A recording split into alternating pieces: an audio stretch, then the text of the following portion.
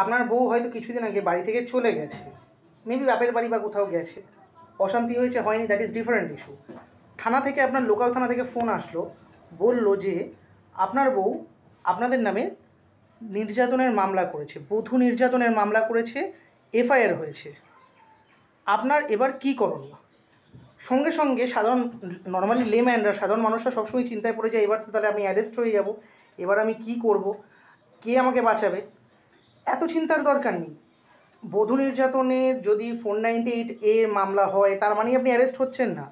লক্ষ্য করে দেখবেন, আজকের দিনে যত বধূ নির্যাতনের মামলা হচ্ছে, শুধু স্বামী অত্যাচার করেছে তা না, স্বামী, তার মা, বাবা, ভাই, বোন, পাড়া প্রতিবেশীকেও পারলে টেনে নেয় আর কি। তো সবাইকে নিয়ে একসাথে মামলা করে, জড়িয়ে মামলা করে, যাতে তার সঙ্গে একসাথে ব্যাপারটা দেখানো যায় বা সেকশন 34টাকে ভালো করে কমপ্লাই করা যায় যে একসাথে আমাকে অত্যাচার করেছে। এটাই নর্মালি দেখায় অনেকে, কিন্তু এটা বাস্তবে তো হয় না, অনেক জায়গাতেই হয় না, অনেক হয়, অনেক হয় না।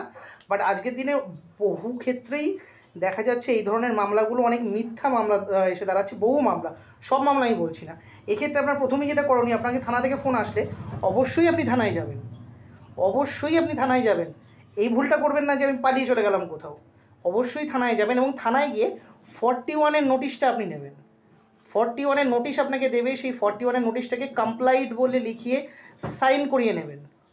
41-এর নোটিশ আপনি কমপ্লাই যে করেছেন, এটা কিন্তু পরবর্তীকালে বেলের ক্ষেত্রে আপনার প্রচণ্ড কাজে লাগবে। আমি আবারও বলছি, 498-এর মামলা হলে থানায় যখন যাচ্ছেন 41-এর নোটিশ অবশ্যই কমপ্লাই করবেন, পরবর্তীকালে বেলের ক্ষেত্রে আপনার কাজে লাগবে। এবং চেষ্টা করবেন আপনার পরিচিত অ্যাডভোকেট মাধ্যমে বা যে কোনো অ্যাডভোকেটের সঙ্গে কনসাল্ট করে যাওয়ার বা তাকে নিয়ে যাওয়ার, সেক্ষেত্রে আপনার একটা বেনিফিশিয়ারি অ্যাডভান্টেজ হবে।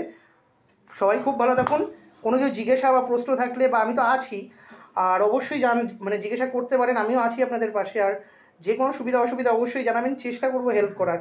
সবাই খুব ভালো থাকুন, সবাইকে নিয়ে ভালো থাকুন, সবার ভালো হবে।